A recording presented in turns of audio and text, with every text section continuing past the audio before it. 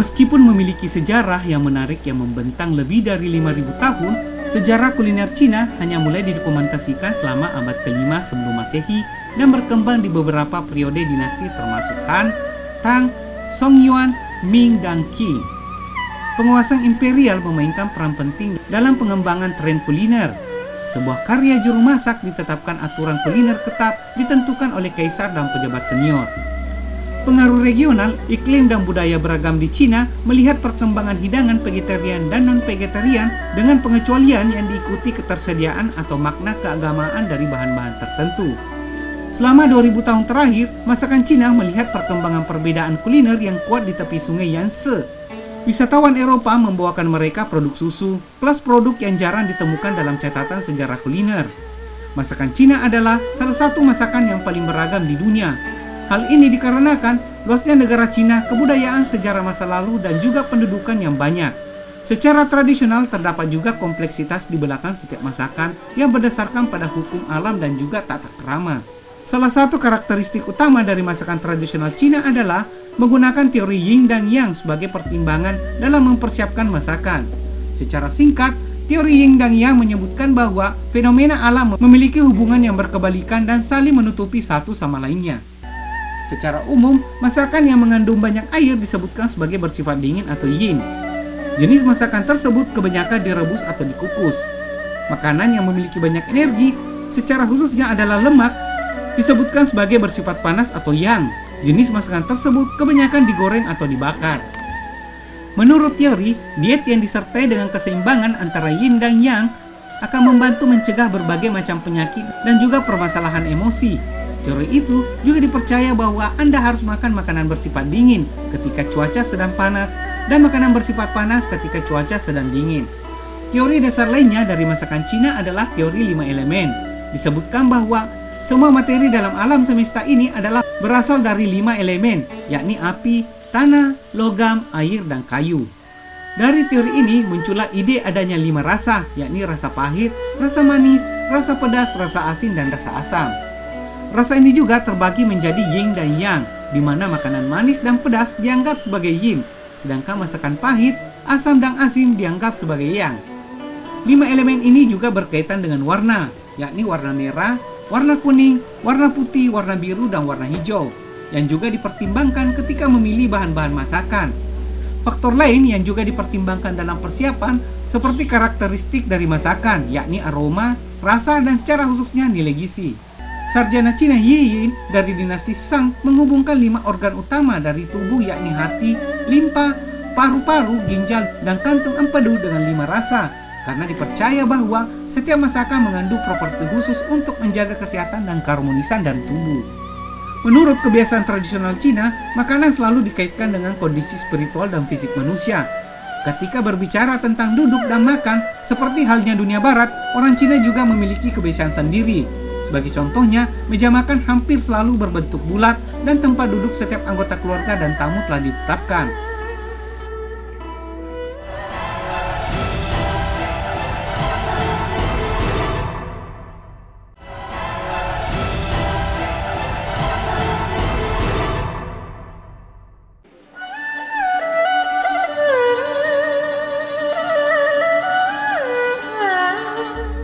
Disadari atau tidak, makanan khas Tiongkok atau Chinese food ternyata menyimpan kompleksitas yang jauh lebih besar dibanding bumbu-bumbu penyusun makanan itu. Kebudayaan, sejarah masa lalu, dan kontur wilayah adalah 3 hal yang membuat masakan Tiongkok tersebut sangat beragam. Chinese food saat ini menjadi salah satu makanan yang paling populer di dunia. Hampir seluruh penjuru bumi selalu bersemayam restoran Chinese. Seiring dengan perkembangan kuliner di Indonesia, pemilik restoran Chinese food mulai melakukan spesifikasi tertentu terhadap menu yang telah ditawarkan. Di Makassar sendiri ada sebuah menu makanan yang sangat khas dengan cita rasanya. Adalah mie amoy yang menyajikan makanan berupa mie kering dengan kuahnya yang kental. Mie amoy yang berlokasi di Jalan Lombok ini telah ada sejak tahun 1989 silam. Menurut Amoy yang merupakan pemilik dari restoran ini, resep mie kering yang ia jajal hingga bisa terkenal sampai saat ini ia dapatkan dari orang tuanya yang bernama Angko Chow. Angko Chow sendiri sudah membuka restoran makanan sejak tahun 40-an. Dan setelah wafat, Amoy kemudian melanjutkannya dan menamakan restoran makanannya dengan nama sendiri. Dari orang tua saya tahun 40-an menjual, tapi orang tuaku meninggal, sudah meninggal, saya yang lanjutkan namanya mie amoy. Sampai sekarang tahun 89 dibuka,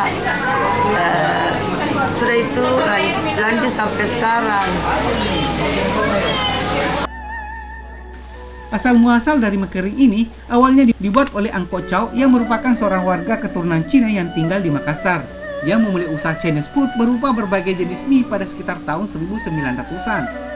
Tak disangka, kuliner Ang Kok Chow banyak digemari oleh penduduk di Makassar. Saat itu, Ang Kok Chow berjualan di parkiran tepi Jalan Bali di kota Makassar pada waktu itu. Masakan yang dijual hanya 3 masakan, yakni mie goreng, mie Hokian, dan mie Kuangtong.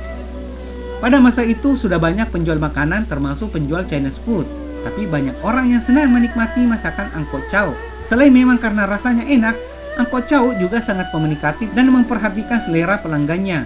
Ia menerima pesanan dan request pelanggannya sesuai dengan selera mereka.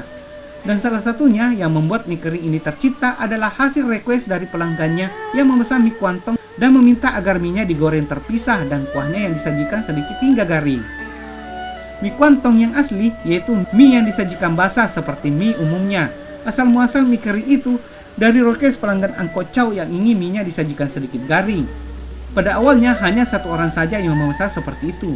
Akhirnya semakin banyak yang menyenangi mie tersebut yang digoreng garing. Dari hal itulah akhirnya Ang Kok Chow berinisiatif menggoreng mie-nya terlebih dahulu agar mereka lebih cepat dibuat dan lebih efektif apabila banyak yang ingin pesan mie goreng garing ala Ang Kok Chow. Selebihnya, ia hanya membuat kuahnya yang berisi bermacam-macam campuran dan mie yang telah digoreng sebelumnya disiram dengan kuah tersebut. Dan ternyata semakin banyak yang menyukai inovasi resep dari Ang Kok Chow yang memesan mie goreng kering. Yang akhirnya terciptalah nama baru dari kuliner ini yakni mie kering. Karena semakin banyak pelanggannya dan semakin laris, Ang Kok Chow akhirnya membuka restoran yang masih berada di Jalan Bali pada saat tersebut. Ang Kok Chow kemudian mewarisi resep kuliner ini kepada anak-anaknya dan menjadikan mie kering mulai terkenal sejak tahun 1970-an. Ang Kok Chow memberikan pengetahuan tentang resep untuk anak-anaknya diantaranya Amoy, Hengki, Awa, dan Titi.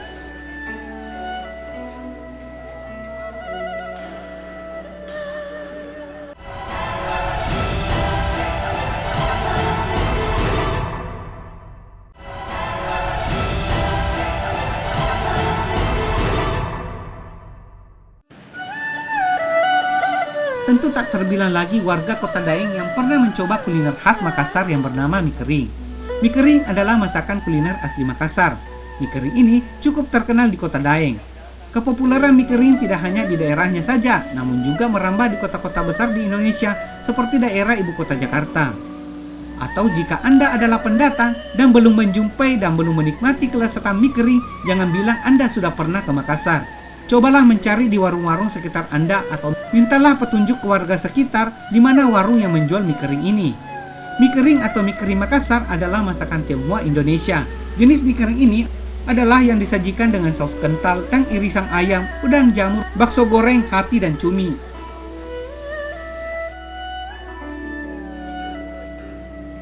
Di Makassar ada beberapa penjual mie kering yang terkenal. Salah satunya adalah mie Amoy yang sudah ada sejak tahun 1989. Mie Amoy inilah yang merupakan pelopor mie kering khas Makassar.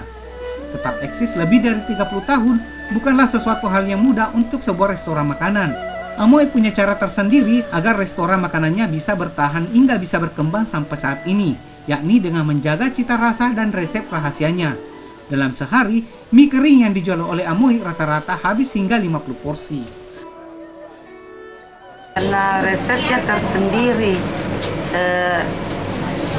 dibuat sendiri juga resepnya sampai sekarang. Selama berpuluh tahun, mie Amoy tak pernah membuka cabang. Berbeda dengan saudara-saudaranya yang lain, yakni Awak dan Titi, yang cabangnya sudah ada di mana-mana. Belakangan ini, Amoy pun membuka cabangnya yang terletak di Jalan Dentata Makassar. Menurut Amoy, ia memutuskan hingga akhirnya membuka satu cabang dikarenakan anak-anaknya yang sudah dewasa dan dirasa sudah mampu untuk mengembangkan bisnis mie keringnya. Cabang yang berada di Jalan Dentata dikelola langsung oleh anak Amoy. Namun resepnya tetap dibuat oleh Amoy sendiri. Hal itu dilakukan agar cita rasa dari mie Amoy tetap terjaga. Sekarang anak-anak sudah besar, jadi mereka masing-masing buka sendiri.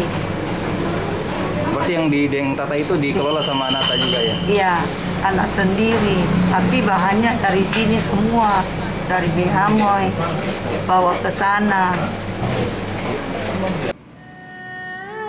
Sebagai kota metropolitan di wilayah Indonesia Timur, Makassar adalah salah satu destinasi wisata yang paling banyak dikunjungi oleh masyarakat sekitar.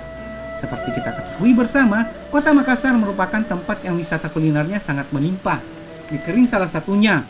Hal itulah yang membuat salah satu pengunjung mie Amoy berkunjung ke Makassar. Menurutnya, jika datang ke Makassar, tempat kuliner yang selalu ia datangi adalah mie Amoy. Sebelumnya Mas, jujur Mas, saya itu dari daerah. Terus saya ini baru tiba, paling pertama mau dimakan itu ini mie Amoy. Nggak makan apa-apa, rela kosong perut demi ini. Terus rasanya juga enak, minyak garing, hati ayam, semua lengkap Mas. Jadi saya juga enggak selera sama kalau yang seafood. Ini kan enggak pakai seafood di sini, jadi memang pas sekali lah buat saya pribadi dan keluarga. Bedanya dengan mie kering yang lain apa? Bedanya itu kalau di sini dengan di tempat saya biasanya ya, di sini tuh kan pakai arang bakarnya, jadi kan pasti terasa aromanya Mas. Dan minumannya juga khas. Ya, pokoknya yang terbaik lah kalau se-Makassar di sini di Amoy. Mie Amoy setiap harinya buka mulai siang hingga malam hari. Di tempat ini semakin malam justru semakin ramai dikunjungi. Penikmat mie Amoy sendiri dari berbagai kalangan masyarakat. Pada saat pandemi COVID-19, semua usaha kuliner terkena dampaknya. Salah satunya adalah mie Amoy.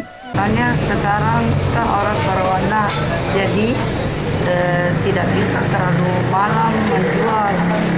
Biasanya Satpol PP-nya melanggar, dibatas jam 10 malam baru ditutup. Jadi agak sepi sedikit.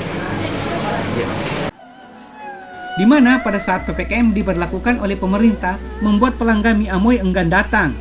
Pandemi virus corona nampaknya bukan hambatan lagi saat ini. Meski pandemi Covid terbilang melandai, membuat restoran makanan mie kering ini sudah mulai normal, di mana pengunjungnya terus berdatangan silih berganti.